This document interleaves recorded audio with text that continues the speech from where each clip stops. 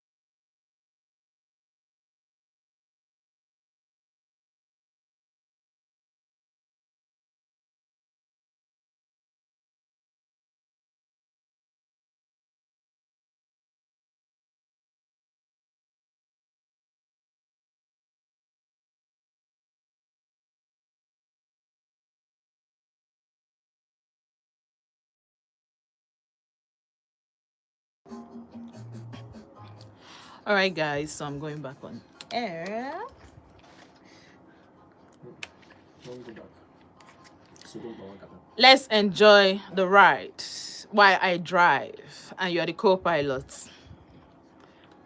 Anachetagoma azụ na Volt 104.3 FM afamba ntị Chinazọ dịka nsi wee na-ekwu ya ebe a ebe anyị na-atụkọ isi ọnụ eme gịnị amụta ife atụkọ isi ọnụ abụ mmadụ atụkọ isi ọnụ emechapụta ụmụ ife ụfọdụ onwe ihe ọ bụ na iche na ọ dị impossible ebe a ka ị ga-anụ ya mara na ọ dị possible like nwa amara dị na ọ dị possible na mmadụ na-abụkpọrọ onwe ha di na nwunye ga-anọnwu n'ụlọ 1 year ka nya 1 month ka ọ fọ ka o mee 1 year ha eme gịnị ha ihe ha ọnụ n'ụlọ just 1 month ka ọ fọ according to nwunye ya di ya ka ọ fọ ka gịnị mee ka o mee 1 year na nwunye ya yere ọnụ ụdị ihe amara m na ọ dị possible so na odenigbo ka ị ga na-anụ akụkọ ọ ga-abịa na-anụ like this na wonder mgbe a na-ịmago na onwe ihe a na-akpọ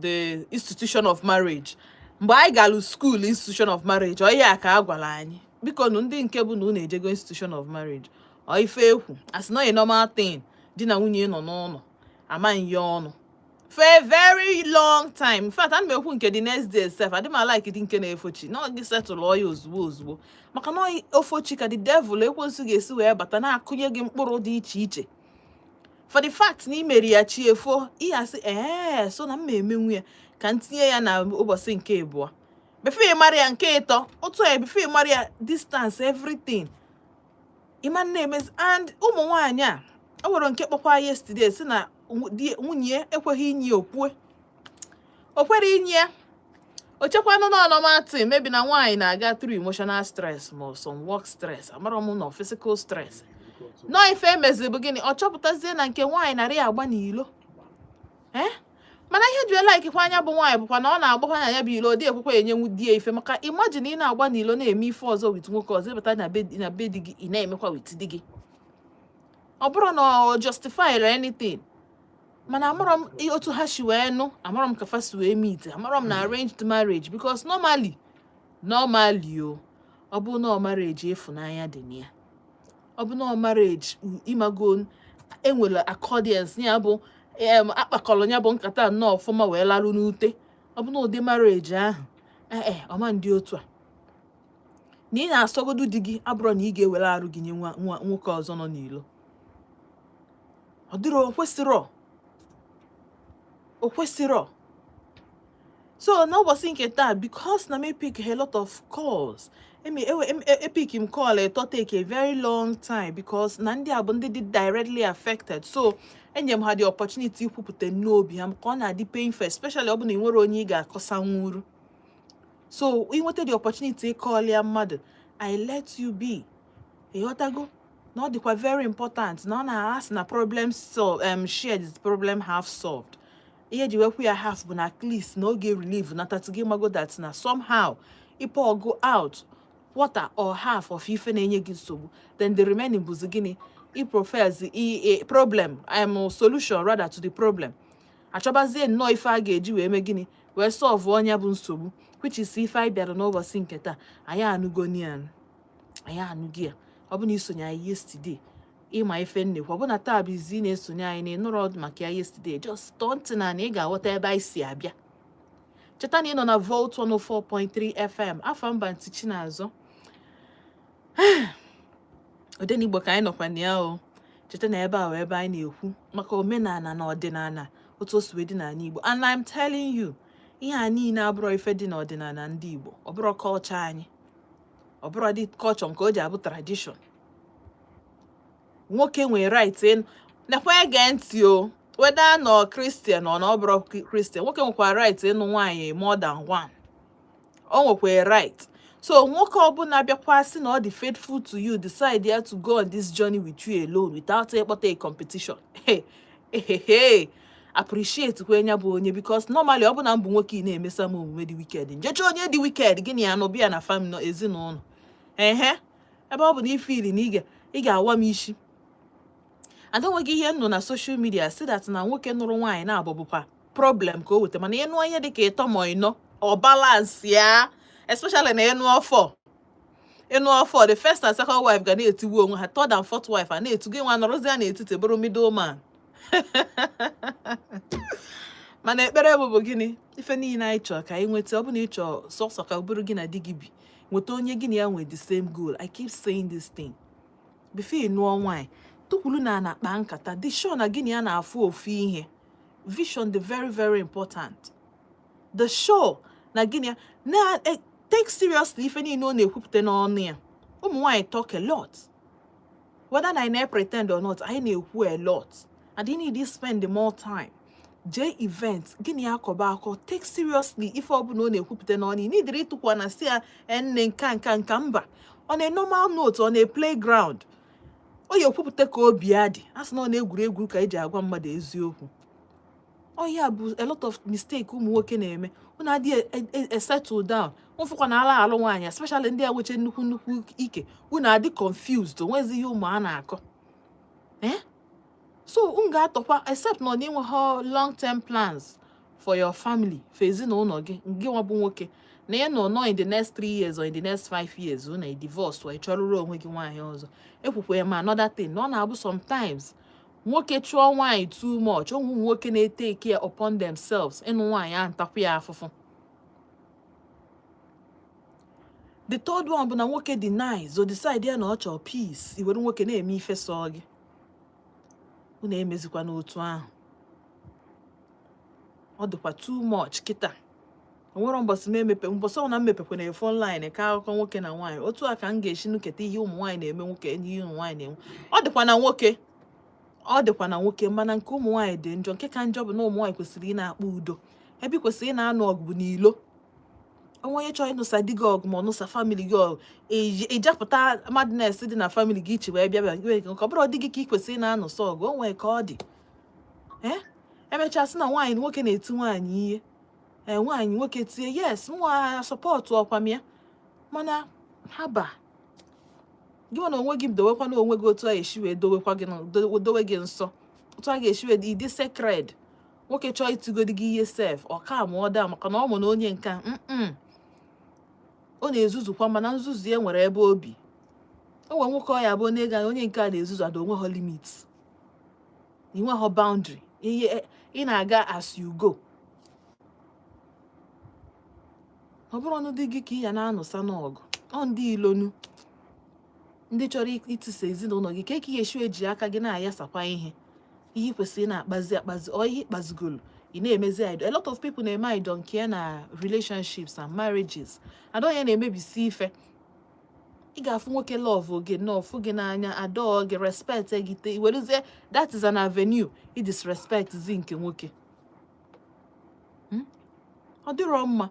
Ọ na-adịkwa na mma ife emekwala ime ka isi wee chọọ ka esi treat onye ọzọ. And another thing, o nwee ife my friend gwara m a long time ago. Agwara m ya sị na ife na-atụ m ụjọ na ihe gbasara nwoke na nwaanyị bụ nke nwoke change. Ọ sị na ọ bụ na nwoke love gị from day one, fụ gị n'anya, na ife mee were ile gị gụọ eze gị ọnụ, o nwere ihe ime. Ọ bụ na gị na di gị na nwunye gị na-ebi n'udo, ịnọkọta di gị change, jụọ onwe gị ajụjụ. Jụkene onwe gị ajụjụ first.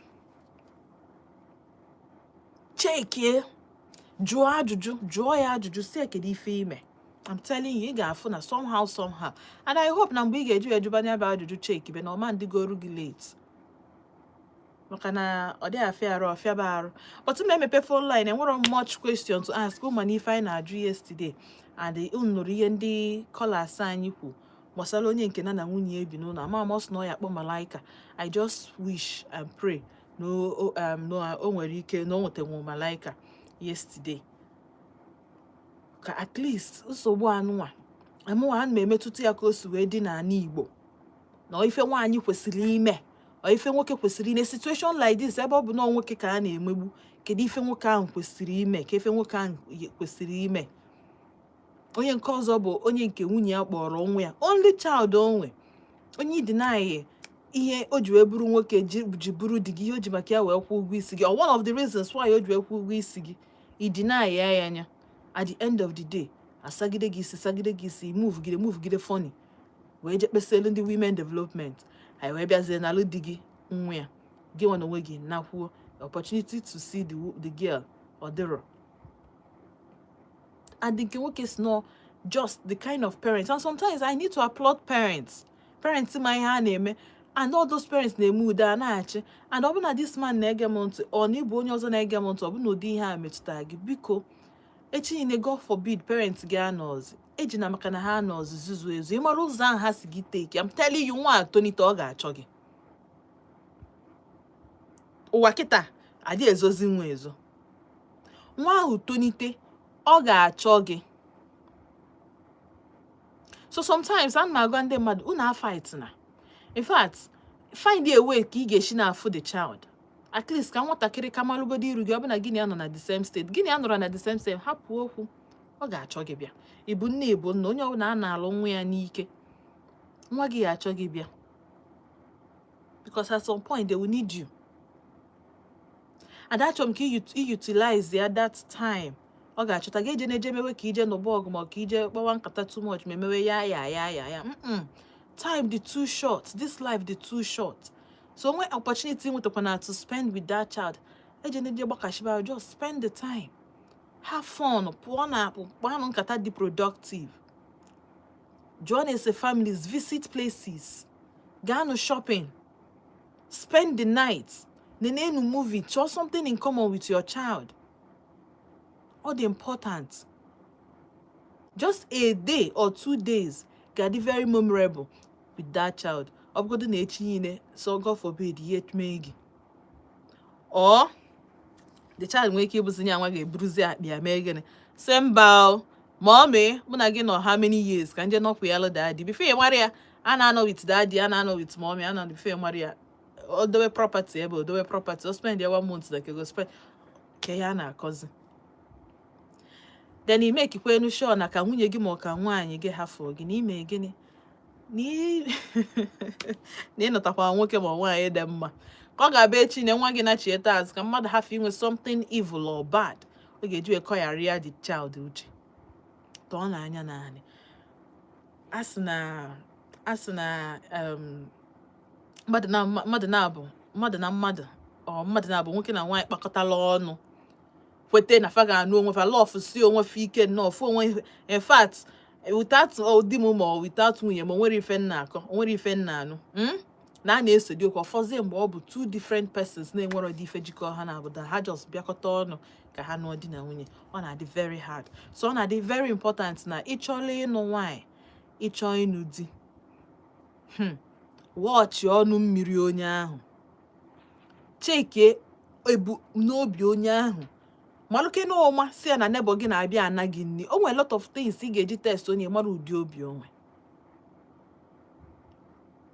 imeje nụta Jezebel dowe n'ụlọ aka anyị adị ọkụ ya ntị m adịrọ ọkụ ya sọsọ ihe nọ na ya bụ gịnị ị na-ekwu ndị nwere ntị nọrọ ọ bụkwa na o nwere onye ịma ọ na-emetụta ịgwawakwa onye ahụ nwayọọ onye a o nwere lot of people mụtago the wrong thing so ị unlearn something na-afịafa arụ ọ nwayọọ sometimes na-eset examples n'iru fa ka fa jiri anya fa na-afịa love amakapa o ịfụnanya makwalụ mma especially ọ dị n'etiti mmadụ na-abọfuru onwe fa n'anya ọ nwere ndị bụ na fa afụrụ onwe fa n'anya ma fa batakwa n'ala anya bụ marriage love ebido okwe ndị ọ dịla otu ahụ no doubt mana ife onye love onye ịma na genuinely na onye a nwere good intentions for you eji m olisa bi n'igwe ayị unu eteki na undue advantage of the person nkwe ka ọ ma dị anyị nwa bụ ndị dị single ọkwa anyị na-atazi afọ ịkpa nwoke aka n'ọnụ sị gị na nwaanyị na ọnụ kataga akụkọ na nwaanyị ọkwa ya na-ewute m karịsịa ọ na-ewutekwa o ifuzie nwoke like ọ sị gị na baby mama ka ọ na-achọ meanwhile gị nwa na onwe gị ị chọrọ ịbụ baby mama mana onye a ka ịfụ n'anya ịfụ na unu na-aba dị align adị nwa anwasị oke ka ijiri maka na ịfụ ya n'anya jee mewe baby mama gị nwa na onwe gị mana ịchọ ka ọ bụrụ di gị bifo mara ya o si n'ilo na-akpọbata ụmụ nwaanyị ọ na-eji ije dị anya ịma ndị happy otu aka unhappiness si abịa chọọ somebody gị na ya nwee the same goal the same vision ọ dị very important ọ dịkwa very very important ịchọ onye bụ na o nwere onye ọ na-anụ uru okwu mete nwa anwa nụọ onye I don't care onye onwere onye na-agwa m okwu once ka m nugoro onye a ife ọsọ m mgbe adị m very very young mana kwa ifu nwoke weta nwa anwa sị m onye ka ọ bụ mpa m onwere onye ga-agwa m okwu hey as nwaanyị gbaba ọsọ cause ụmụ nwoke nwere a lot of strength and before nwaanyị defeat nwoke a ga-afụ gị n'anya and ọ bụrụ na ọ fụrụ gị n'anya ọnụ okwu gị means nothing so ọ dị very important n'ime gịnị na ị chọrọ onye nwere somebody ọ na-anụ onye ọ ga-abụ ịkpọkwana sọsọ na ị ga-asị mma akpọkwa dọkịta ma mma gwakwa prof ifu arụ ajụọ ya oyi or somebody ọ ga-abụ ọfụkwu die gị nwa bụ nwaanyị arụ ajụọ ya oyi as e dey hot na you be cold water ọfụkwa na algị like this ọ sị gị bebi ọ bụrụ na ọ bụrụ na so ihe nji na-ekwu ya bụ ka uche anyị dị ya ọ bụkwa na o nwee ka o si wee madị n'akụkụ gị as nwaanyị tọkwa anya n'anya na ọ bụ na ị nwelu a good man n'akụkụ gị before mepee phone line alright so o ji onwe one or two things ọchị itinyela anyị n'okwu a o nwere one or two things ọchị itinye so ka anyị gee ya ntị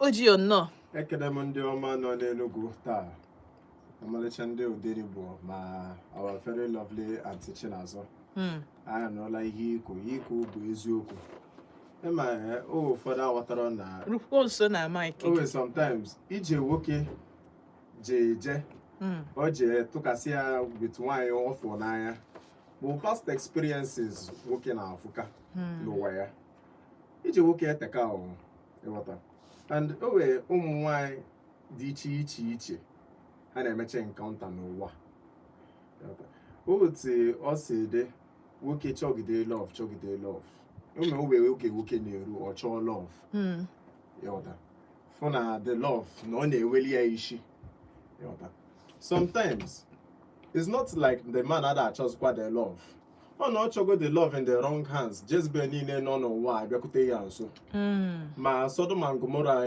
nwa isi eme iti ya n'ụlọ ma ndị ga na-ezu ya ori ọma mma na-enye nwoke ọzọ na-emecha ụmụ nwoke chenji obi fa ebe onye ahụ mechasị fụ ama afa mma n'anya na ihe m ga-agwa ụmụ nwoke ibe m ebe a because mụ support ụmụ nwaanyị na nka and ama m no a very rare occasion you know na OGO na support ụmụ nwaanyị but eziokwu women are the anchors of a true family. Support nwaanyị chụfụ gị na Odenigbo so mụ ama like ka a chụpụ m because ụmụ nwaanyị amaka ịgwa gị eziokwu and you know they say that a good woman maketh a man have brighter future.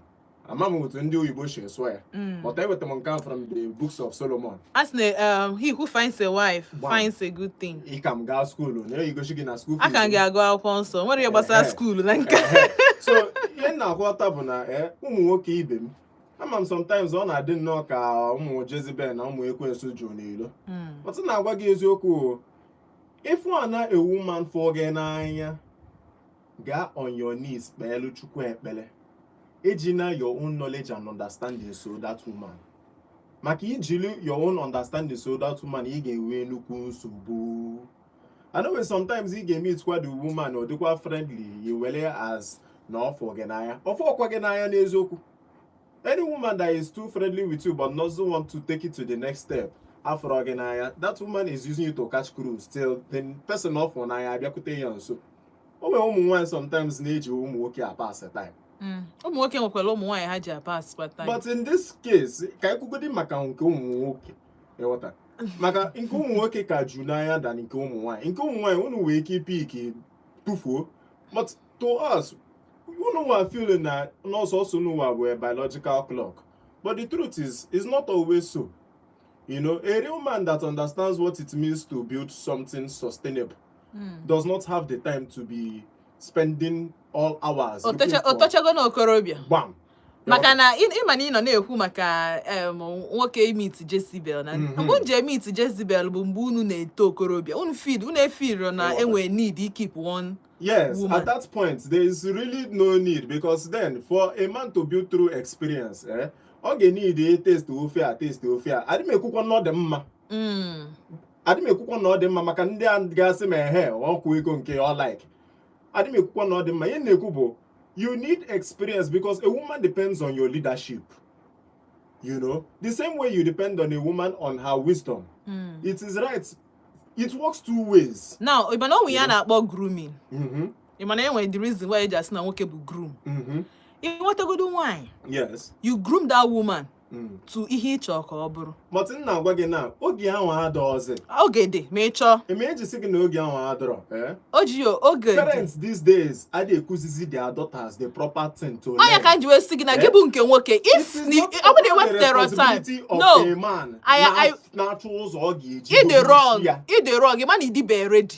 Otu onezi. Ịdị be ready, Ojiyo. Otu onezi. By the time ịdị ready, you understand the need. Idowe wine. Otu isi wee chọọ ya ka eji wee bụ kedu ihe mere o ji wee bụ na apụta si na nwoke dị chọọ maka nwoke si dị gị na enwunye anya. Gbam. Now nwunye ahụ ha na-ene anya ewego ndị zụọ ya na family nke ya. Ịnweta anya ka eji wee sị gị ịchọọ ịnụ nwaanyị nụọ nwaanyị na-ege gị ntị. Ọ bụ ihe bụ ịfụnanya a sị na love melts the heart. Ị bụrụ wicked Jezebel o nwere onye ị ga-emit na wicked Jezebel gaghị ewụsị ya chezọọ ya. Ewego ụmụ nwoke bụ bad boys mana time eji settle down erugo ha sị okay nna ka nchọkwa nwaanyị. Now ajụjụ m bụ that period ị na-achọ nwaanyị kedu ife mere ụmụ nwaanyị ndị ọzọ and that is why unji enwe bad experience because i welugo time ikwesị iji wee hustle or ikwesị iji wee kpakọnata onwe gị ọnụ wee mekasịa ụmụ nwaanyị. Now, at that point in emife wine. At that point in the make a scope when you go. A lot of men now no wrong women because had you in the past. They did not know. Okay. Imagine the man you meet to go win here before no maron. Oh, because I ruhiane. Uchia the rear. I want reform on them at that point. On the two Caribbean. I know a lot of men. Wrong women. A lot of divorce because na gidi me time how we okay, that's what woman you Zwo yo to open at the 26 years maybe if wine. And the it will go a plan in wine in the next 5 or 6 years. Even na all opportunity in the 26 what do you the 23. Gino onya ha we me gini zubo wun to you want anya ka just catch them young. When they wear a righteous relationship, let me put it that way. When they wear a righteous relationship, okay, for wine, why not appreciate nwoke, calm down, zoya, or in terms of money. You groom wine abroad financially alone. You understand? But always some attributes. We keep groom child wine, eh? Or you know the wine I go make no groom. Woke also by speed by you overtake na the wine. I couldn't go on them. Why I have brown wine? Or they can work up Takita no sim. I am chere. Or they can chere no the wine brown wine. Or they go to a work up Takwa now. Okay, when something to do with your girlfriend or your sister. That man I brought for you. In a half, on them work name wine. So if they say that na the girl be about speed, the girl will waste to go her time with another man. So the working with more chances than wine. So open also enwe more chances than ụmụ nwaanyị ekwesịrị play with her time. You kwesịrị ifu nwoke ema na onye abụrụ onye ịchọ. As nwaanyị ya mago after some ụmụ nwaanyị dị complicated, ụmụ nwaanyị no ụmụ nwaanyị dị confused. Ụmụ nwaanyị adịrọ confused. Oh, ụfọdụ dịkwa confused. Ha adịrọ, they are playing with you. Okay. Oh, ihe maro. Okay. Ka ọ dịkwa na nwoke ka ọ dị na nwaanyị, nwoke ji nwaanyị egwuri, nwaanyị ji nwoke egwuri egwu. And as nwoke ikwesịrị dị sensitive, malu that na. Why can't you just have conversations with these people? How many of them become capable enough to hold those uncomfortable conversations? Had they ready, but had they ready, they will be capable. Yes, some people too say take time at ego. No naturally no wine, no bo na ega. Doesn't enough, man. Mbosi onye ahụ kwadotele no wine, I'm telling you. Oga no wine, oga calm down zo. I try bia I groom we okwere oge hafia. And ihe chọrọ igwo mwa na-ege m ntị bụ na ọ bụ na nwoke gị na nwoke nọ 5 years or rather 5 years dị too long 2 years 3 years ịma na onye a na-eme anụ and you're still fooling yourself. My dear sister, ị na-efool onwe gị ọ bụrụ nke nwoke. That's just the truth. Ị na-efool yourself and I don't see the reason why two persons nwoke na nwaanyị ga-eji wee waste such time on persons ha ma na ha ama nnụ. O when the natural relationship the go to ah. But na agwa gị na ị nọ relationship 3 years 2 years iminero na ịbata the main marriage na ị ga-agbu ezigbo mmadụ. Anya ka nji wee si gị o nwere onye dị perfect. O nwere onye dị perfect, and then human beings hide their true intentions till ịgbanye fara nga. Ifube nwaanyị na-eme ọfụma na-ege nwoke ntị ihe niile ọ na-ekwu, ije niile ọ na-ekwu, nwaanyị na-eso ya eje dị ije, na-amụtakwa ebe dị mbọ ya nọ ọ ebe dị man nọ wee gafego ụmụ ikorobịa ị na-ekwu maka ya. Yes, 2 years down the line ha n'ụzọ onwe fa nwaanyị change ya. Nwoke na-echange kwa. Nwoke change, but ịkweta na as soon as the woman change, ọ ga-efe arụ to bring her back to that same girl that you thought you were grooming. Because in that situation, Obu no ro we ko yesiwelu like in these two people bomb yes then say ha no ro na that situation, not the second wife or send the girl home. And when they believe rock na divorce. Come here ga ki ya ga mespo. Ha no lo no. Ke here ga meji. No, ma ha force it's my own is ikwu okwu. It trying to convince you. Mama bụ na the conviction adi enwete gi. My dear sister inolo. Ndị nwugo a lot of people nwugo from heartache, oburo violence, oburo mmadụ tifi ihe. Nakata si na mmadụ dị depressed. Emotional abuse. Exactly. Ije na toilet efo ka mmadụ hangile onwe ya ma abata asị na onye ahụ poison. Oburo mmadụ metiri aka. All because of fiala ya arụ to live. So all the same it chooses it try live while alive. Ke try live on a body bag. Do I get decide zero onwe gi? Ihe anyị nwa na ebe anyị megi na ịgwakwa gị nekwe nke dị njọ nekwe nke dị mma. Choose for yourself, if adult. Ima the way from your left to your right. Ima all these things. In fact, to me, as why you wake you date 5 years, how put the man? Makagenez. Half year be what we obigi kadi ebono. Na date nwoke makwa you be in your life 5 years. Onya ko ja we no kata si na anu ogu n'ụzọ. Na anu ogu nwoke. I don't support it. Ke ihe gị na nwoke no eme 5 years. Ka we go there na the man, the 26 at 5 or the 31. Why don't no matter to na how small business they are the way get ya weteze no gi properly. Iya hu na eme why single. Hu na emebeze ya legally. Kpoko wi isi ọnụ. Try ba bring way up your home. Okay. So we ko get si we dey as why happen the man. Hu na abo na akpakwa. Man hu na knows in relationship or tie rug down to look for elsewhere.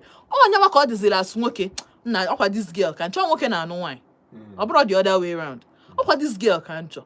Ya bịa akụ aka, ya bịa fundi bu, ya bịa declare intentions. Then ka mazi no nke nwa bịa December. Then onyezi a reason o ji December. Hey, na nke nwoke adịkwa abusive. Hey, na ọ dịkwa stingy. 5 years. My sister, go waste your time obro nwoke. Sometimes ụmụ nwaanyị Igbo na-abuse kwan that relationship privilege of idate nwoke. Take for instance na no ụfọdụ ụmụ nwaanyị ga-emete ha no ezigbo relationship na watakwa the man ebe o si abịa makwa na onye afụkwa ya n'anya n'eziokwu na ọ chọgo otu ọ ga-esi bịa fụ ịghọta ndị be ya na ụmụ ya ịghọta. So o nwere mbịa necha anya iwe ike sicha so unu dị eticha biko gbaghara nụ na Igbo ụmụ otu ọ si na-ada ndị na-aghọta m ga na-aghọtakwa m ọ bụ na ịghọtakwa m biko gbaghara. So o nwere ndị ga na-eme na na-edate na-afụ uwe fa n'anya. The girl fụ ha na onye ka the guy ji ego. Ọ sị the guy like ofu mfụ nke a bụ real story. The girl has sent the guy a text message saying now no appreciate kwa ihe niile ha ji. Na otu ọ sị dị kịta na ọ fụgo na the guy fụ ya n'anya o but ebe nwa achọbe ikwu eziokwu ihe dị ya n'obi ịbịa fụ parents ya na onye ọzọ akwụwa igwu isi ya and then they date go for 3 years. But I don't blame the girl. No, calm down. That guy now no ebe ọ nọ dapụ na akwa. Imi ọ ji dapụ na akwa because nwoke na-agba mbọ ka o wee kekwa ụgwọ isi. Ego ele bụ ụgwọ isi nwanyị. Onye were ka ọ bụ. Ego na sọrọ m gị gbade nkwụ. Ego na-ebe ego isi nwanyị. Ya ka na-akọ nata gị na nọchi ime ihe ọ ga-eji gbu nwoke. Onye bụ na ịdịgo ready ịnwụrụ nwanyị. Ndị ị na-agwa ha abịala gị wedding. Ha dịgokwa ready ịbịa wedding. Chere ndị na-abịa ha I don't understand. Onwe nchọ ka ịghọta ya. Ịma nwoke na-akwado ụmụ ya. Ọ na-akwado so ya nwa. Ndị ọyị ya ga-akwadokwu. Ka ịkwo n'eziokwu na serious. Friends ya ga-akwadokwu. Onye mee wedding na bịa gba gị 10 naira. Bịa gba gị 20 naira, bịa gba gị 1000. Onye na-eme wedding na consider kwa ndị na-abịa wedding gị. Like one na. You consider ba negent. Oh, interesting water. Okay, a lot of things will not have a factor. Sometimes the man is ready to, finally seal the bond and say, you know what, no, you want to ask for now. But in the guy be like, wedding now, they go quite rich. Or you go give me. Oh, you got what where? You now consider you're considering other people's happiness. How is it somebody's above your own? Is it you didn't put to see yourself. Hold on. You didn't put to see yourself first. And why you gonna name calling him? Ndị ahụ akwadotero ha kwere well na ha ji akwadota ha send ya gị ego. Yes, akwa ego ka ịchọ. Akwa ego ka ịchọ. Unu wee bido na ezinụlọ. O nwere ezinụlọ ọfụma. Ihe ọbụla ị nwere gị na nwaanyị okay this girl na enwere m ike na the girl ejego kwụọ 1 day or 2 days or even 1 week. Ọ na-arụ ọrụ.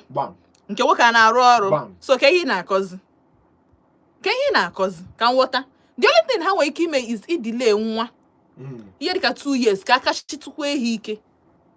Mana normally, but when can just be in the space of 2 months. Me gwang. Say your first trip, yeah. If I ever subu say that. Trip ebe. Trip nilon. Ilo go outside the country. Outside the country.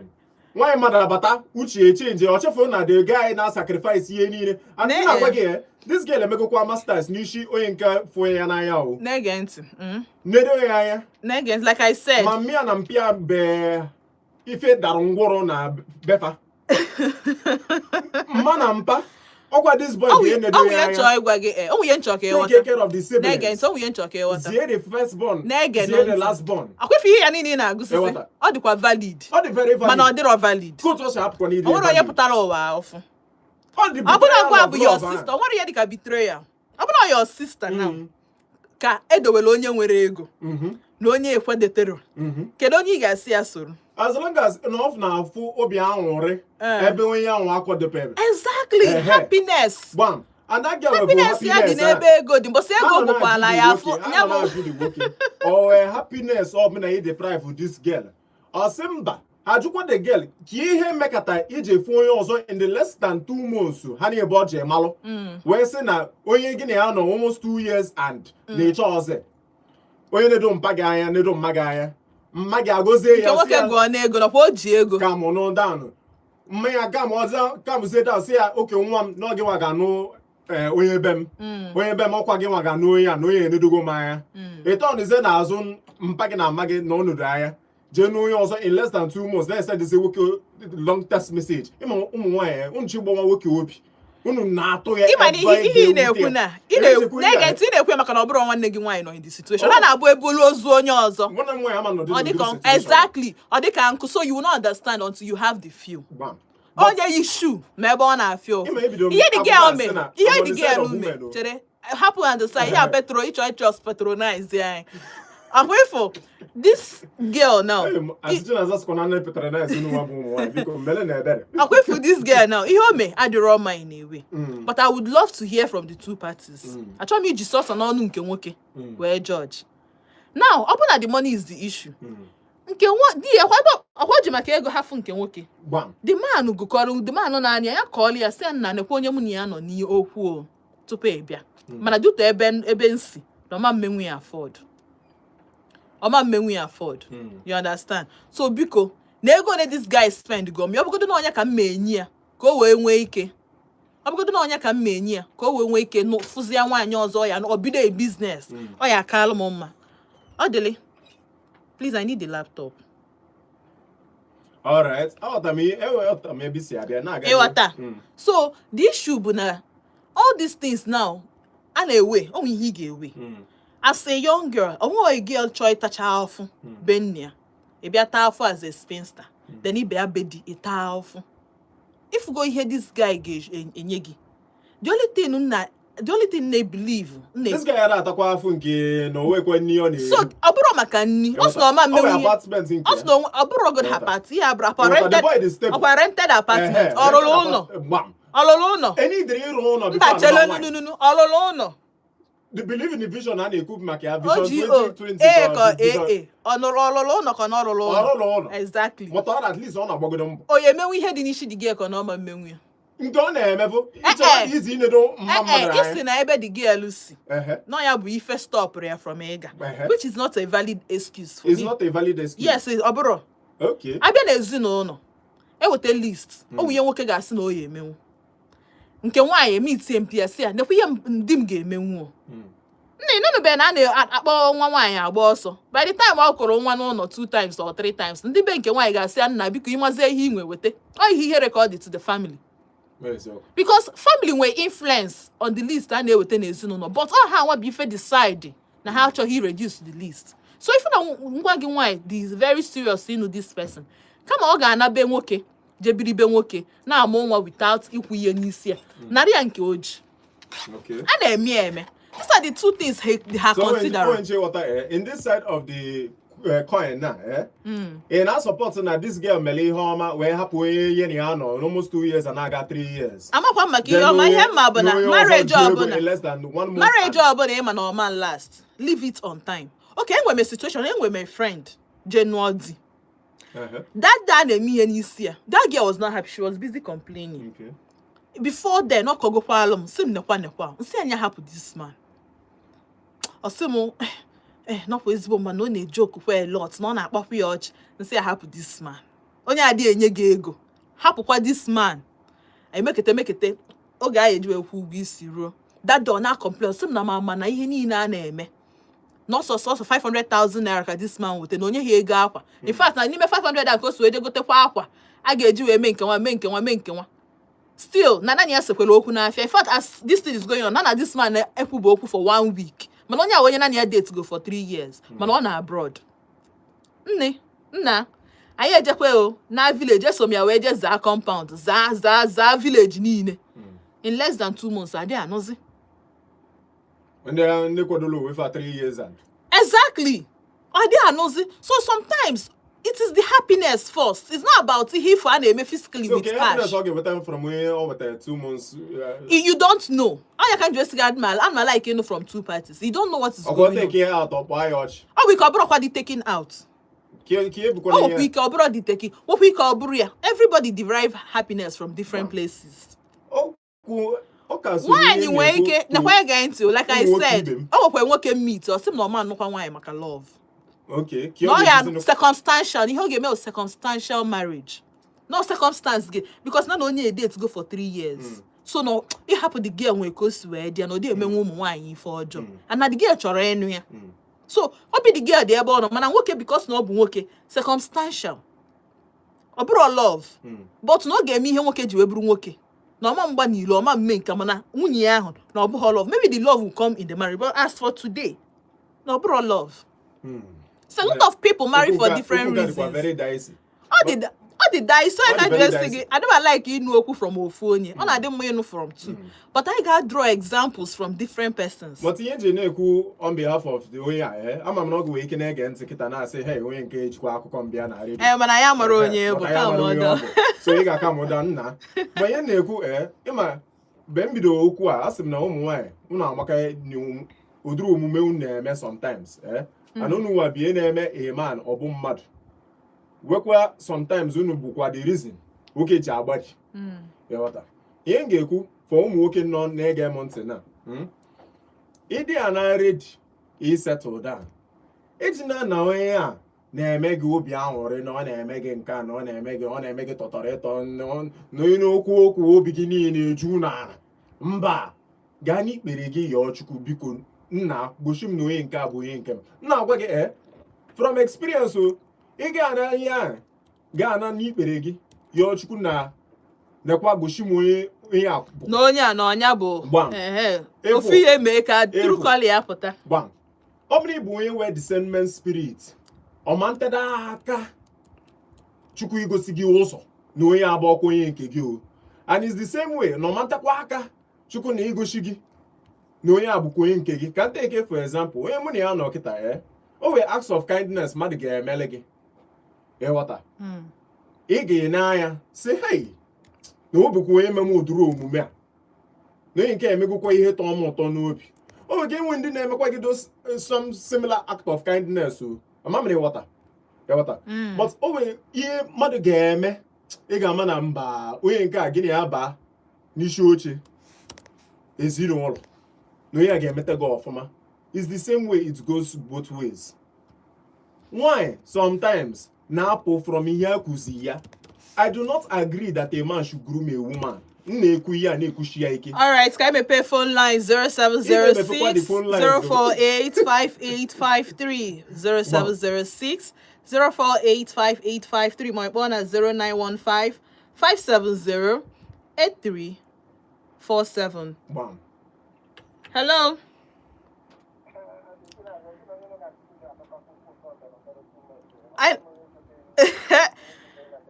Unu nwa nwere experience bụ ndị anyị chọrọ ige ntị. Anyị nwa just na draw from life experience. Then unu abụ ndị okenye. ODENIGBO for ndị okenye. Wakwa ịma.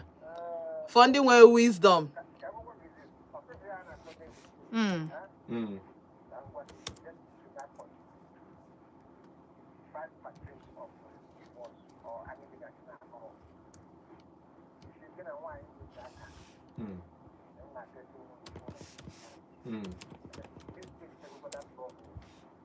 Obras.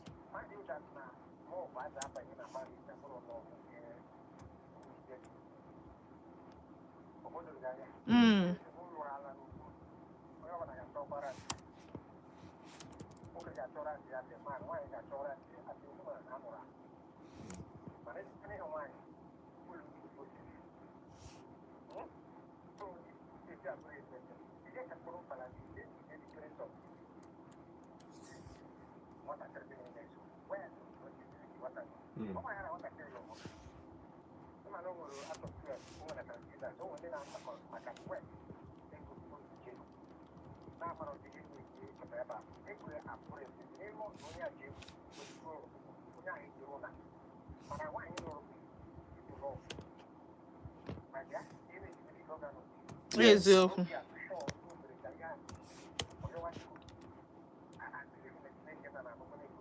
Okwu ya ka na-akwata gị.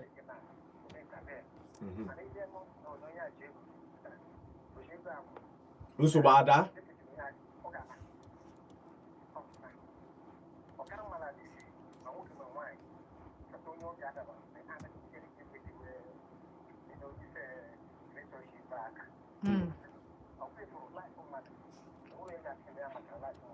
Eziokwu.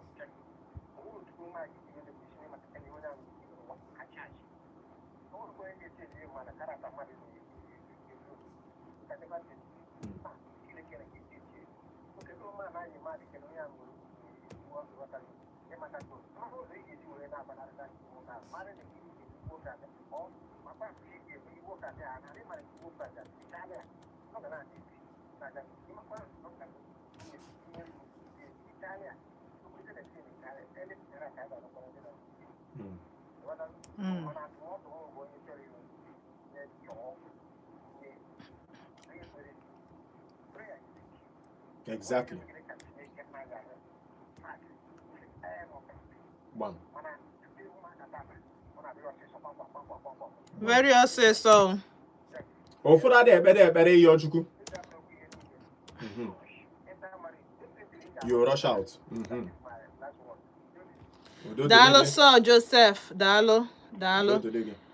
All right, so ka ị na-ekpekwa dị ekpere na-etinyekwa work because work without prayer without work is dead. Nwoke ọbụla ga n'ikpere ya yọọ Chukwu na ya ọ na-arụ ndị ọrụ. Hello. Ka ime? Adị m mma. Ka afa gị na ebe isi akpọ m? O tekwa ekesin nnọọ. Yes, so we thank God.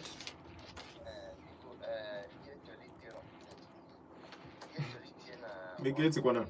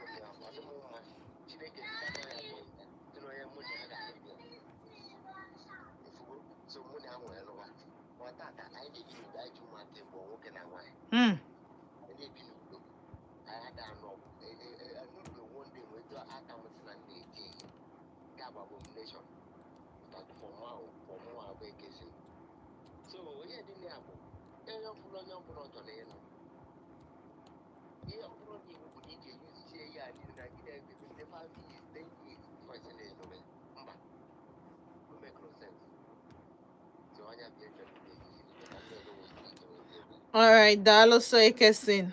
Dalo 0706-048-5853. My phone at 0915-570 0915-570-8347. Hello. Good evening. Kime. Hi, the boy. Can't forget ABC at bomb. John Paul or no. Garnier.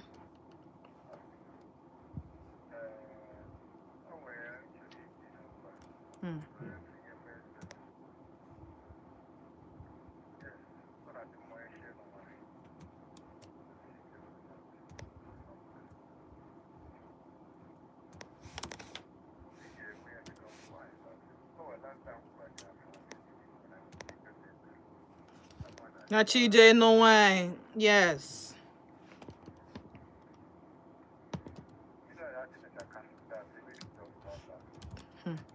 Makano we are revealing.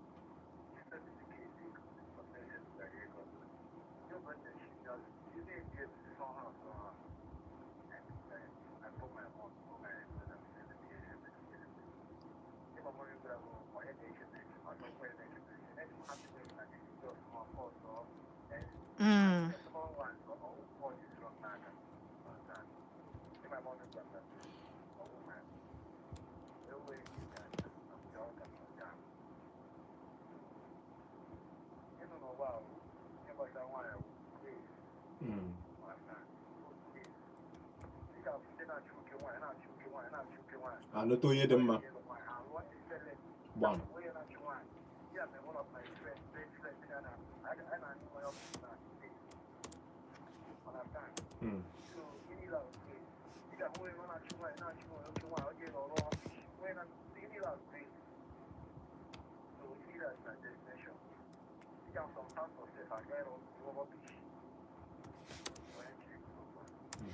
Dalo so.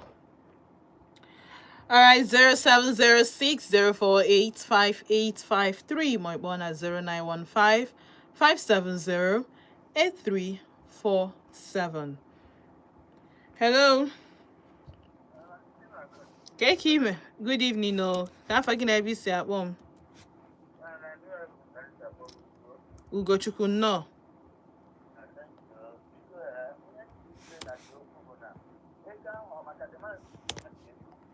No.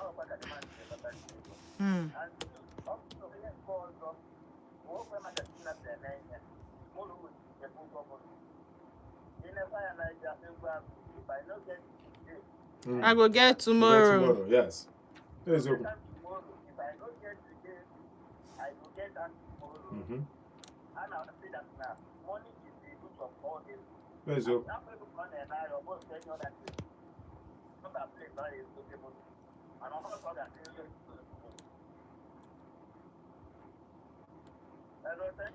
Dalo so.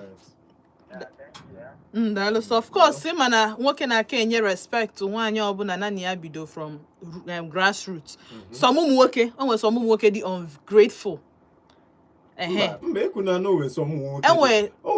Nwoke niile dị logical. Logical. We understand when a woman has been with us for a very certain period of time, not with us truthfully in spirit and in truth. Na ekpela ya ekpere ihe niile aga ofuma. Na agwa nu eziokwu. Ima the only reason you marry that girl. Ima the only reason nwoke nwere ike o ma nnu nwanyị but na the girl dị disrespectful. Bam. O wee nwanyị ga ekpere everything. God does not change character. Exactly. Ihe Chukwu na-agbanwe bụ gịnị? Just where the willingness na ị ga-change. Grooming nwoke ga-groom. Ya hapụ igu that character. Na-ege mgbe esi gị grooming. O nwere onye na-echange mmadụ. Mgbe esi grooming abụrụ ka i change character nwanyị. Mgbe esi grooming bụ nwanyị na-ege okay ife aka di m chọ. O nwere kwụsị si were ya asọọlụ m nsọ. Ọ ya bụ the grooming. Ọ bụrụ na ị ga-abịa si nwanyị na-eke esi esi nri ma na-eke esi azụ ụlọ. Nwanyị chọọ ịmụta ya, ọ na-ene gị anya ọkwa ife otu a nne na nna si amụzi gị na-ene anya na-amụta ya. By the time ị zara ụlọ 2 or 3 times, nwanyị ọbụla isi kpakọrọ ọnụ ga-ama hey nwoke ekwesị ekwe ịzụ ụlọ. Ka mmalụgara ka esi azụ ụlọ na-etinye anyị za n'okpuru oche ka na-etinye ya n'enu ceiling. Just see how example because I believe everybody mara azụ ụlọ. But ọ bụrụ mmadụ niile mara esi nri of course. So ọ bụrụ na o nwere ihe ị chọrọ ịmụta n'aka mmadụ, ọ nke nwoke isi gị nne na jollof rice bụ na ị na-eshi jollof rice with crayfish. Mana nke nwoke si na ọ chọọ the jollof rice na crayfish. Ị ma ihe bụ understanding. Baby na makweri rice with crayfish o. Mma na-eshi pot na abụ. Ị ga-esigide pot na abụ. Ọ bụ na nwoke nwere understanding oge ekwe. Nwoke na-enwere understanding persist ya. Nke nwaanyị eme gịnị emelokwa down. Si oke na di m ngwa ka nlibe ni ebe ọ bụ na ogbube ya ka nlibe ya. Ọ pịa bụ grooming. Ọ bụrụ na ị ga-abịa dị wonderful. Ọ wụ ya nwoke na-amụta na nwaanyị. Ọ wụ ya nwaanyị na-amụta na nwoke. Ọ kịta ka ị clarify ya na mana mostly ịbịa change wa character. Ifu nwaanyị azụrụ ọfụma na-abịa. Ọpụta niile esikwa m na groom ya. Nwaanyị azụrụ ọfụma fo gị. Nwaanyị love gị like I said love conquers all. O nweghị bad character na-echange na all of them. Nwaanyị the only thing I can do is gị ọ bụ na the girl na nke ebuzi na ọ bụ nkịta liri nsị na-akpọ ya kpọrọ ya n'ọnụ. Ihe mere nwoke ama nji. Ihe mere nwoke ama nji. Ị ga-aka nọ m ka ọwa na nwoke ka ebe icheki ichego wee nwana na fa buru ibu. O tie m ya n'ishi. Hello. Ga n'iru. Daalụ sọ. Daalụ. Na-ekene m gị ọfụma oke ọma. Daalụ.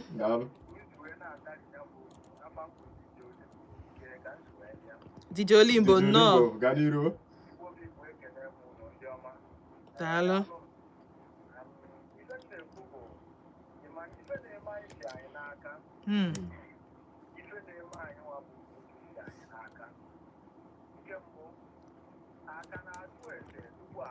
Daalụ kwa o.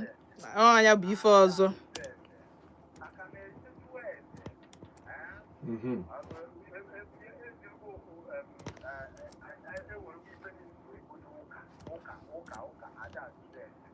DJ Olimbo ọgbọgwọ na anyị na-ebudo ya ụka o.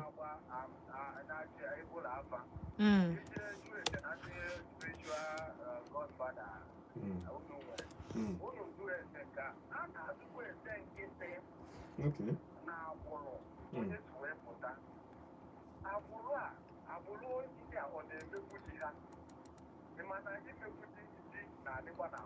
Eziokwu.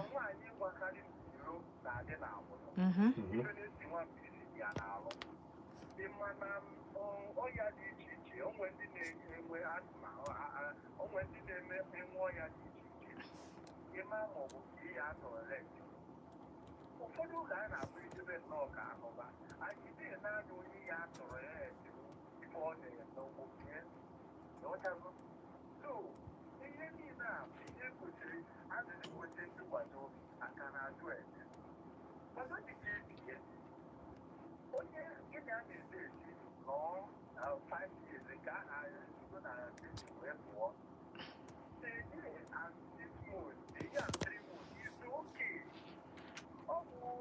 one of them say that you should be friends before you marry. So okay,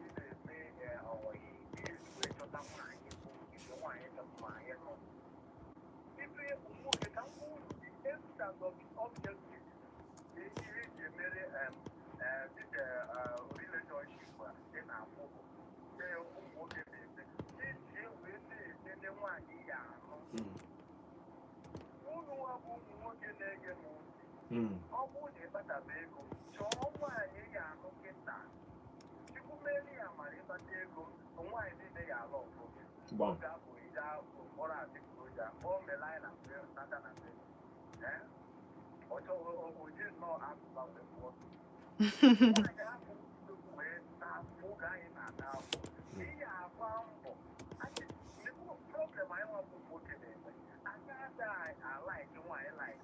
Eziokwu.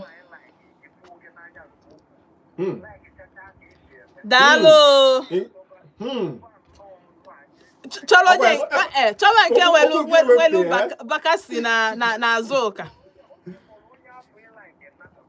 Eneweza anya sị na onye nke efi tụrụ ọsị gị.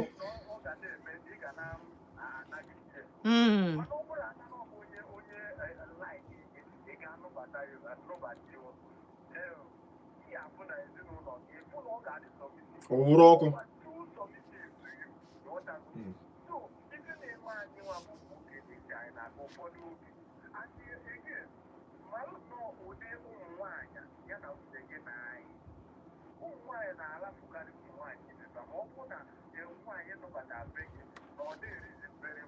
Wow.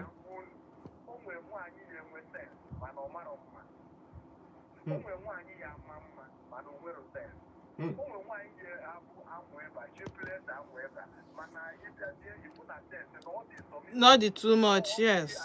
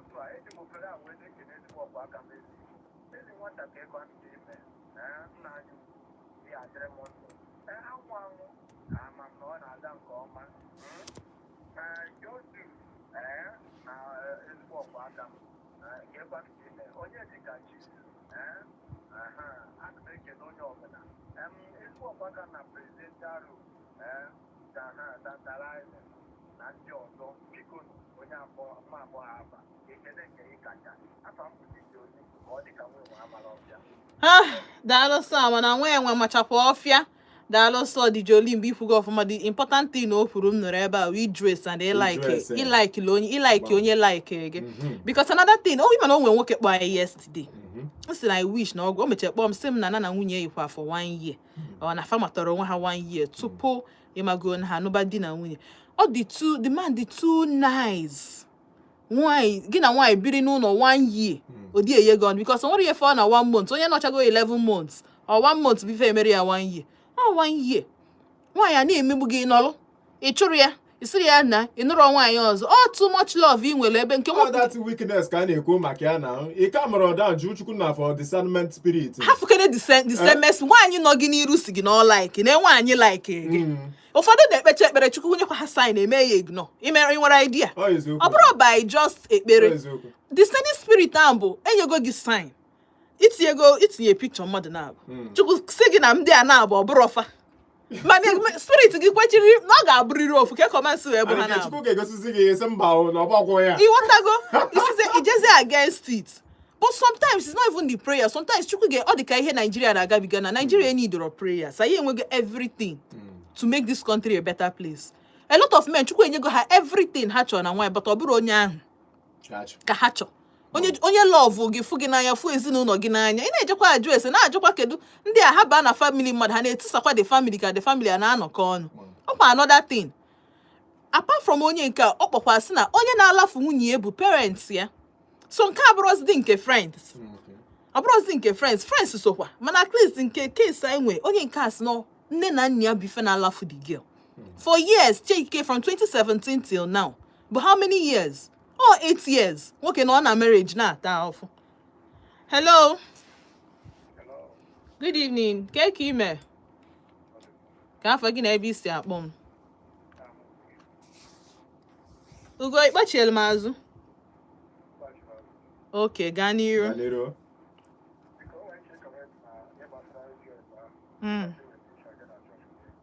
Gawa n'iru.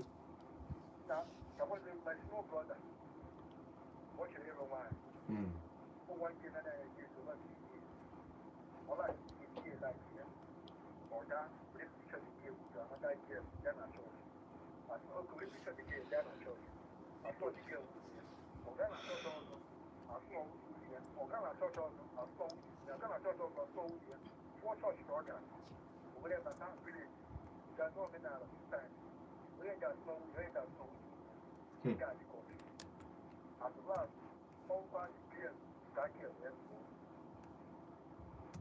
dike ji aka wee kata maka gịnịzi ka o ji wee jiri aka ọ ya bụ na ekpere a na-ekpe ka ọ chọpụta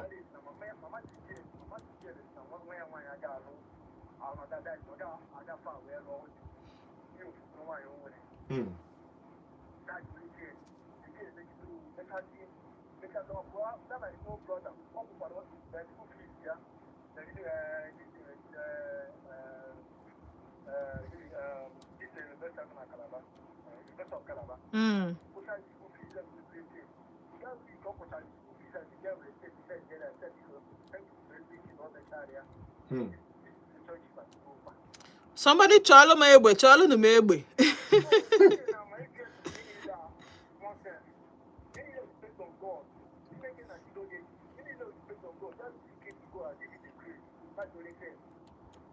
ọ just dị nnọọ ka nwaanyị na-akpali gị mgbe ọbụla na-atọ nje mgbalị ahụ atụsa gị ọchị ọma gị njakịrị iche ahịa aka iche na ọla ya ka gị anya ka m ji esi gị nwaanyị kwuo okwu ihe niile abụrụ mkparị amụ even when you are playing as a man ị kwesịrị ịdị serious a na-enwe asị nọ na mkparị amụ ka eji ekwu eziokwu na mkparị amụ a chekene hapụkene nna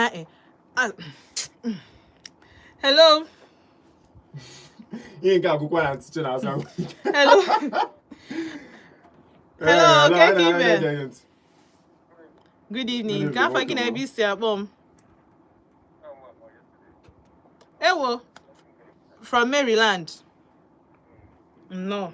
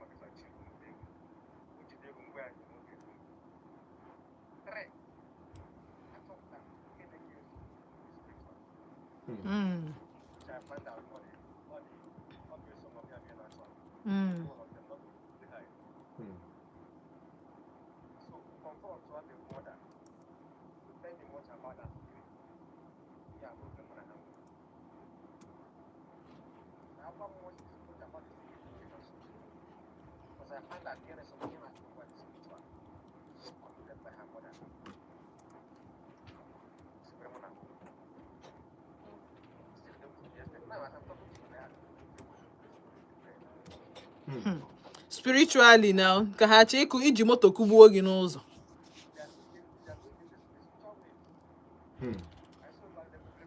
so kedu their plan ọ ka ịhapụ nwa ha nwaanyị iji nwa ha nwaanyị hostage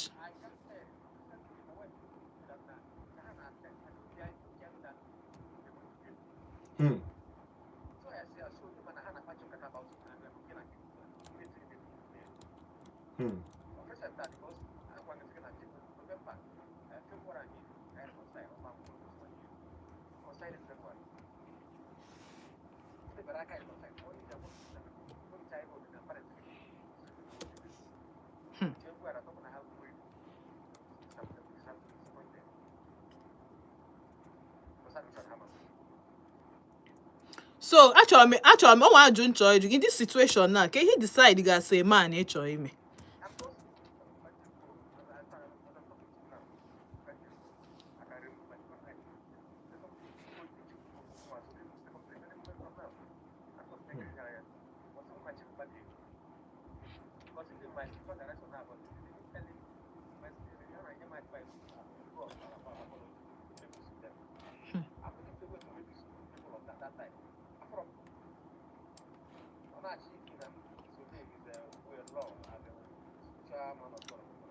Nah.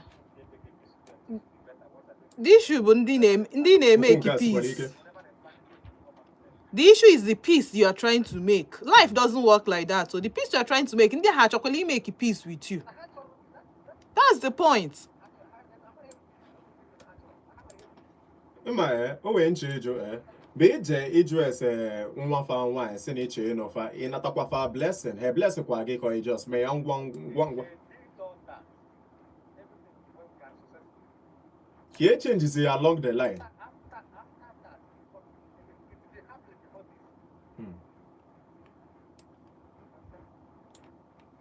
Nke gwụrụ.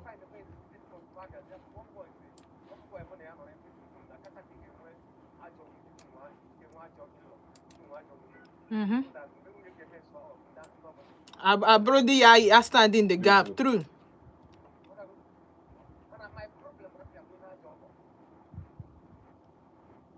Oh yeah, with the problem.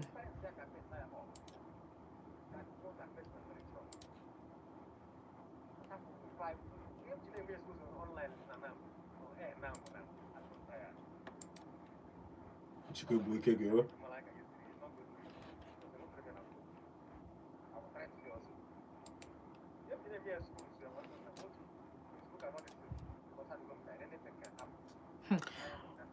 Why not? Because Oji at this situation, at this situation, all of divorces. All divorce is in the wine. You may love kwam na love nge, but you am work to the begi say. Because what is a life threatening? What divorce when they separate? Yes. Yeah, na bendi. Yeah, they're not with parents. Yeah. There are a lot of women out there that appreciate it. Good evening, Kime. I'm Helen from Centenary. No, what the fuck? I forget Aya. Gawaniru, why, Oma?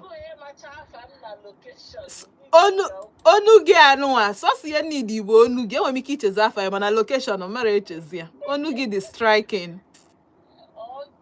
No. From this last caller and the other person, one man no borrow no see EJS. To me, that EJS is nonsense. What I mean, totally nonsense. Because that thing doesn't work. In many cases, it will work. Okay. Like now, one I did go now, by the special grace of God, December I gave my 14 years of marriage. Wow, harakuko na aka ebe a biko. So, and the money I now we dated for 3 good years. Before I know. So, the one thing I want in making a go up on wine, it was a game man, onya. No again, yeah. True. Go up on wine, it was a game man, I can onya. But most cases, I want to go wine and I don't work in the web. During the relationship, it can have 4 signs. In a man, love. Way batazeri, you will say again way for any character when I want you go see in a relationship, that is who she is. Because I am one you can never pretend. I ask them, what can we keep pretending to True for that long? Yes. You understand? Yes. About for that long. When again I want for 3 months, 4 months. Or when you know full behavior only. You say no ya walk. O meghe eme okwu ya n'ọnụ anyị a na-ekwuka. Thank you. O nwere njakịrị mmadụ ga like mgbe na my husband bidoro ọfụ.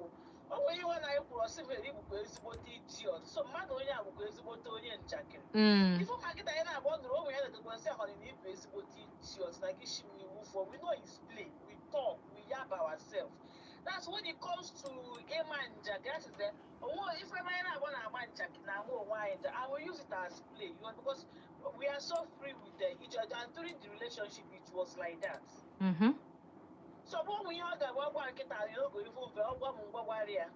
I don't know if what I call not just checking.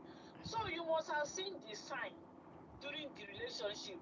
That's why I always tell young people now. Always pay attention. Pay attention. What can any go in a relationship is a stingy guy. Won't know a simple. Period.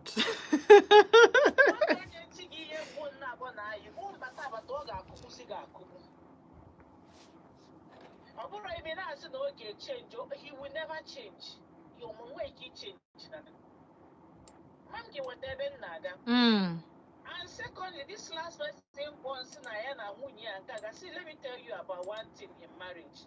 You know why? The last some of the things mistake come work in the munya condition. You cannot marry a woman and see her here no get anti bunu menka, get anti bunu menanka. It doesn't one the one say I will even work against you. I think that is the problem that man had in his relationship. And again, all these you know about Lord and they're just spiritual direct or spiritual that how many marriages that you know scatter go all the too much. But what anyway trouble not to anybody is your belief where you put that fear in you. I don't know if you understand where I'm coming from. You know why in any condition and then where sorrow the problem is coming. How did you know it's coming from the mother? Today, instead of going to go and confront your in-law, the man is totally wrong, and he needs to go and apologize to them. In well idea, Ione, what's now this thing has been going on for 8 years now. Recently, Even if see, let me tell you, Bible says, "He follow peace with all men, and without that, no eye shall see God." Mana Helen. If you marry the worst mother-in-law, what they say so the in-law. Mm. And when they say so, or going to cut her off completely, or going to go and confront them, it doesn't work that way. Helen, there is a question. There is a question I want to ask you. Okay. In an issue, you discover a problem, because one thing with solving a problem is agreeing that you have that problem. Yes. He get equated in where the problem. Confront He the equated in problem where the first. problem. If it was solution, ways to tackle it.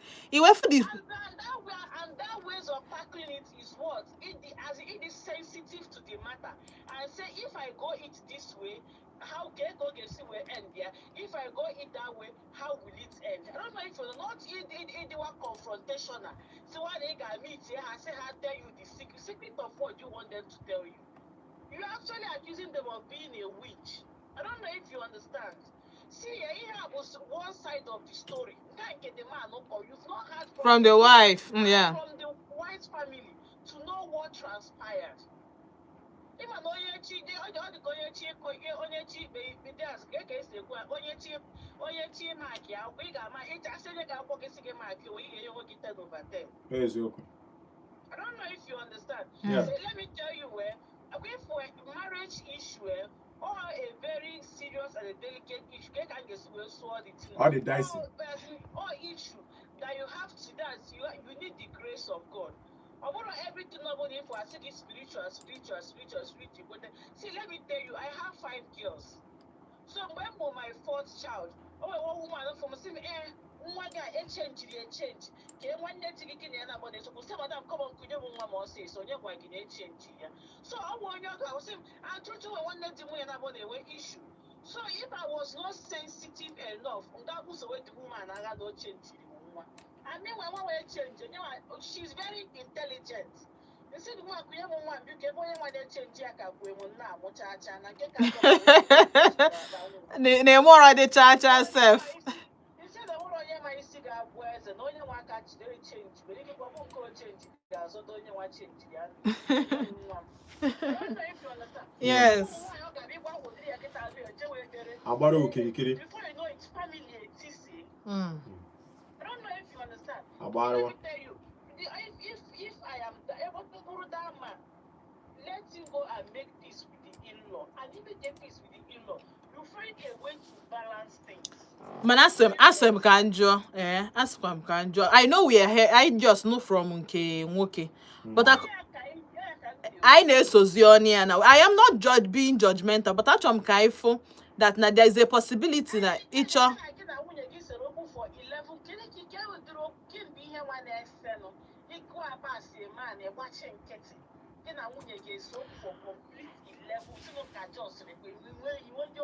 Helen, akwai ma ọ bụ na mbụ nwoke nke nwaanyị ya na maka na ọ bụrụ ọbịa m ka ihe esese m okwu.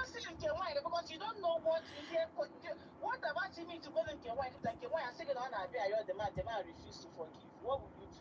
That's exactly the thing. Anya can do a sige. That we are hearing one side of the story. We've not heard from the woman and from her family. You're sad to know what happened. What about in a situation whereby now, when these issues were coming up, now the woman was finding a place, even one of them might be able to problem. I have a brother, my one of all you one night, but I make a one. You know why? Still, we are getting a gas now. They have a command. You don't want to be seeing her in their house. In the family house. Anytime the woman no guy be her, but I also get no guy be her full issue. My brother about the parents of the. In fact, I'm speaking and that my brother now would be a bureau. Because of all this issue of you know why you didn't know why you law, they and to me it doesn't work that way. I'm telling you, it doesn't work. Anyone you're going to but a marriage, you know how to balance it. But when you are being authoritative, when you give one day go, why I told you, no, to me that is nonsense. What I mean nonsense is nonsense. Only for time 5 years, get or not, I say that they are from. I'm catching it again, I get a file for divorce. One is share one around when near boundaries. No, it doesn't make sense. Or we say our family and it's no. It should die because always some things that are or some our family but meanwhile the family in our countries in man you are trying to distance her from the family. No, you know why if you are marrying both her and her family too. All right. So the thing is that we are just hearing from the man's side though. So don't conclude now why again. What of you but in a situation from in a situation whereby ni was no fault nke why or na even unreconcilable differences. The man like the woman. Unlike yeah, exactly. Okay, again, a sense. I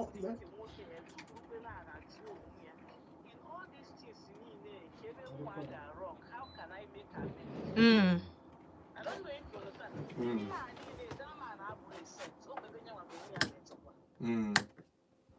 So if you can just sit down, ask yourself, can you decide everyone when you mention that this whole issue now again? When if I does, you go with Jesus side the image, take it up from there and see how you can make those who win. Because one, if the marriage now start, don't let the man know that they want to win no way in the family.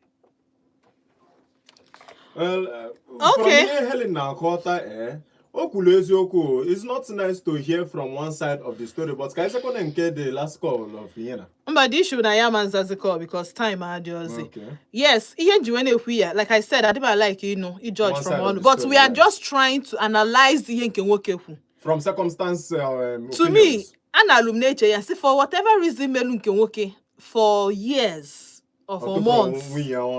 Nana wunye ade yo mana oka nọrọ na that marriage. Hey, is it na agbalo ndụ? Ọ na o nwere ihe karịrị ịgba ndụ nọ na the marriage yota. So otu ọbụla o sikwa n'ala wee dị, o nwere ife mere ha na-abọ ji wee nọrọ. Nke nwaanyị, because ana m eche ka nwoke si m nọ maka ụmụaka amụ. Nọ maka ụmụaka. But unfortunately, o kwuru ya na ụmụaka mekwala ha ji wee nọrọ. Because o nwere ebe a ga-aga asị na o nwere ebe a ga-aga si na court si na for maka ụmụaka na amanna una nọrụ na-ebi as a co-housemates or something. So whatever reason ọ bụ, I just hope that that this issue at the long run na get settle the issue, number one. Number two, na nke nwaanyị I just hope na nke nwaanyị dị respectful enough. Nya bụrụ no fault nke nwoke na-agbagharị iketa anụ.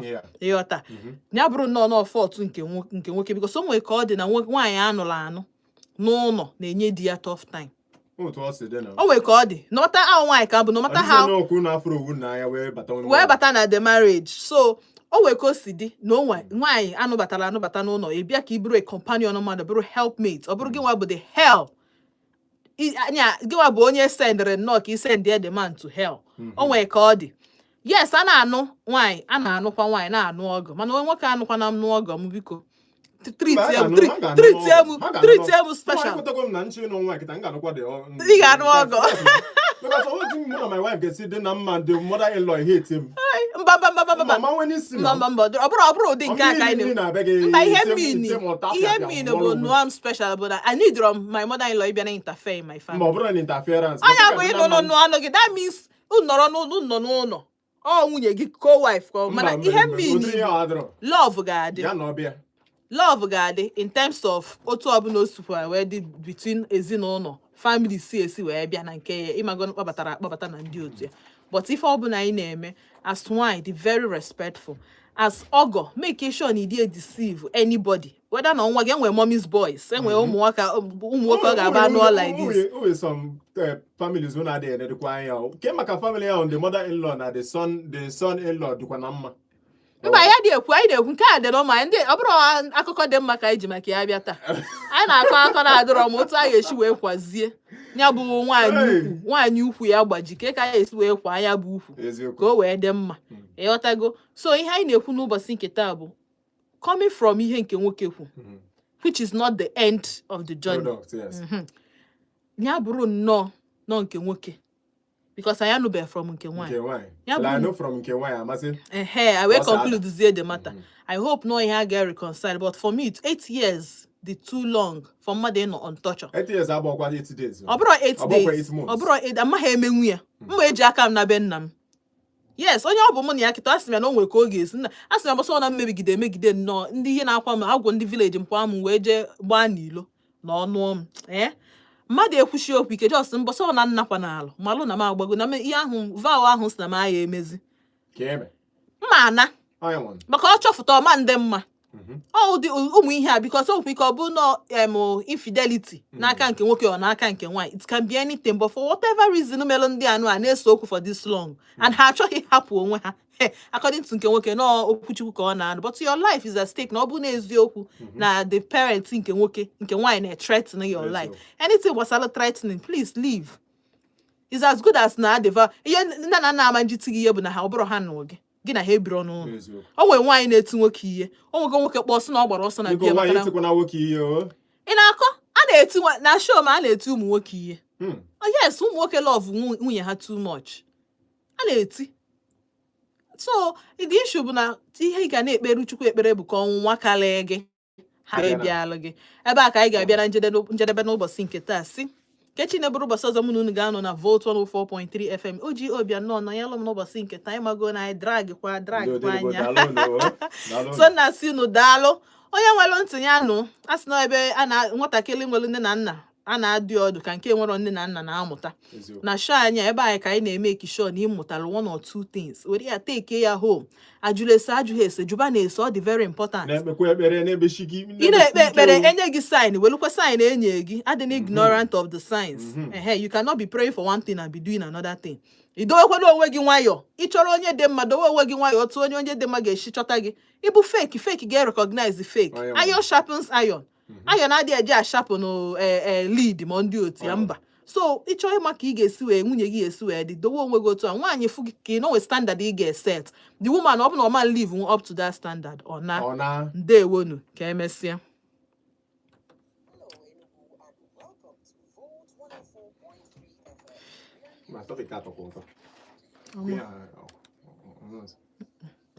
Bye. Hey, nna ka nnaba. Idigoro dị elu.